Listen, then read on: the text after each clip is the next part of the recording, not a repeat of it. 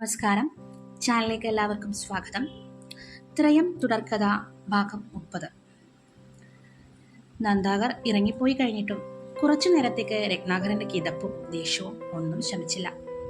ഇടയ്ക്ക് കാണിക്കുന്ന സൗമ്യ സ്വഭാവവും ശൃംഗാരഭാവവും ഒന്നും നോക്കണ്ട. ഇതാണ് ശരിക്കുമുള്ള രത്നാകർ. ചോദ്യം ചെയ്തതിന്റെ പേരിലാണെന്ന് തോന്നുന്നു കൂടുതലും രത്നാകർ നന്ദാകരനെ പട്ടിയെ പോലെ ആട്ടിപ്പുറത്താക്കിയത്. അതെ, അയാൾക്ക് സ്വന്തം അനുജൻ ഇന്നു മുതൽ ഭൂമി വളർത്തുന്ന ബ്ലാക്കി എന്ന നായ്ക്ക് തുല്യമാണ്. ചണ്ഡികയ്ക്കും കസ്തൂരിക്കും ഇപ്പോഴും ശ്വാസം നേരെ വീണിട്ടില്ല. സ്വന്തം ജോലിയെ എതിർത്തതിന്റെ പേരിൽ ഇങ്ങനെ പുറത്താക്കുമെങ്കിൽ നമ്മൾ ചോദ്യം ചെയ്ത രത്നാകർ നമ്മളോട് എങ്ങനെയാകും പ്രതികരിക്കുക എന്നോർത്ത് രണ്ടുപേരും പരസ്പരം നോക്കി ഉമിനീരിറക്കി. ഭൂമി വാതിൽ കൊട്ടിയപ്പോൾ മൈന വാതിൽ തുറന്നു കൊടുത്തു. നന്ദ പോയി കഴിഞ്ഞിരുന്നു. നേരെ ഭൂമി പരിഭ്രമത്തോടെ നോക്കി. വഴി ശൂന്യമായിരിക്കുന്നു. എങ്ങോട്ടാവും ചാച്ചു പോയിട്ടുണ്ടാവുക? മുഴുടെ വീട്ടിലേക്ക് അവളുടെ അമ്മ ശിവകാമിയെ കാണാനാകുമോ? എന്താടി, ആരെയാണ് നോക്കുന്നത്? അവൻ പോയി, ഇനി ഇങ്ങോട്ട് വരില്ല. വന്ന അവന്റെ കാല് ഞാൻ തല്ലി ഒടിക്കും. കയറിപ്പോടി. രത്നാകരന്റെ അലർച്ച കേട്ട ആദ്യം ചണ്ഡികയും കസ്തൂരിയും ഓടി. മൈന ഭൂമിയെയും കൊണ്ട് മട്ടുപ്പാവിലേക്ക് പോയി. ഭൂമിയെ അവിടെ തണലിലിരുത്തി. കുറച്ച് പച്ചമാങ്ങ കഴിയെടുത്ത് കൂടെ കരുതിയിരുന്നു. ഒരു മുറവും പിടിച്ച് അതും കൊണ്ട് അരികിൽ വന്നിരുന്നു. എന്നിട്ട് നീളത്തിൽ ഓരോ മാങ്ങ എടുത്ത് അരിയാൻ തുടങ്ങി.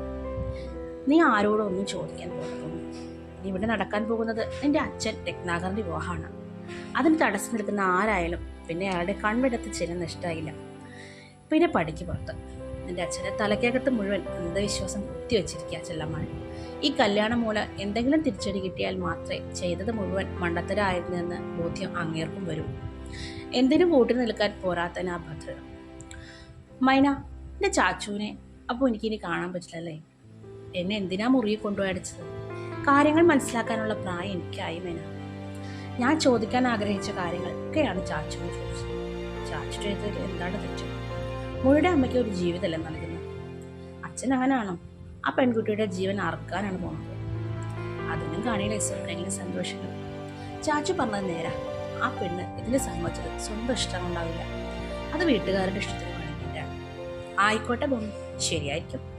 നമുക്ക് എന്ത് ചെയ്യാൻ പറ്റും? പിന്നെ അറിയാലോ, ഞാൻ പുറത്ത്. നിന്റെ കാര്യം എനിക്കറിയില്ല കുട്ടി. പക്ഷെ ഒന്നും ഉറപ്പുണ്ട്, നീ രത്നാകരന്റെ കണ്ണിലെ കരടാകും ചോദ്യം ചെയ്യാൻ പോയാൽ. അതുകൊണ്ട് ഒന്നും മിണ്ടാതെ വായടച്ച് ജീവിച്ചു പറ്റൂ കേട്ടോ. എന്തായാലും ഒരു കാര്യം ഉറപ്പായി, നാട്ടുകാർക്ക് ചേട്ടന്റെ അനിയന്റെയും വക പൊട്ടിപ്പാടാൻ കുറെ കഥകൾ കിട്ടി. ചാച്ചുവിന്റെ കാര്യവും നാട്ടിലെല്ലാവരും അറിഞ്ഞു കാണല്ലേ? അതേ ഭൂമി, സ്കൂളിൽ ആരൊക്കെ എന്തൊക്കെ പറഞ്ഞാലും നീ ഒന്നും കാര്യമാക്കണ്ട കേട്ടോ. മാന മുറത്തിൽ നീളത്തിൽ അരിഞ്ഞു വെച്ച മാങ്ങയും ഇട്ടുകൊണ്ട് താഴേക്ക് ഇറങ്ങിപ്പോയി.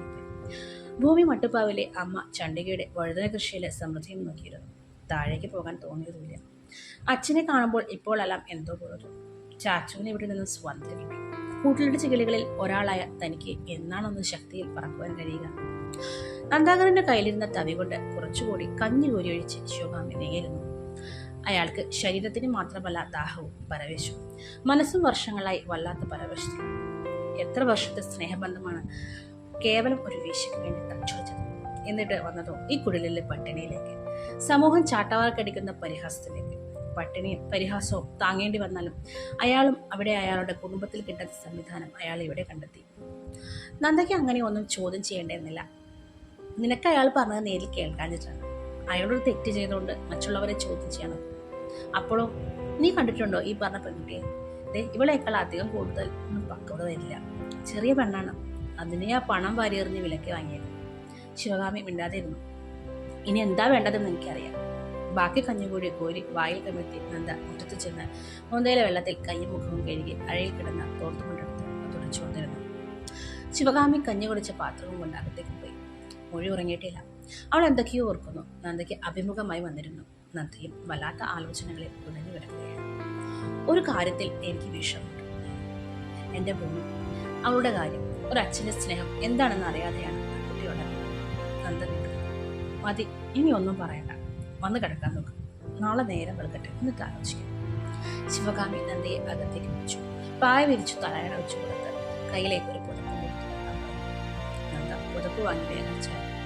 നേരം വെളുക്കുമ്പോൾ മുറിയുടെ വാതിൽ തുറന്ന ശിവകാമി ശൂന്യമായ പായ മാത്രമാണ് കണ്ടത്.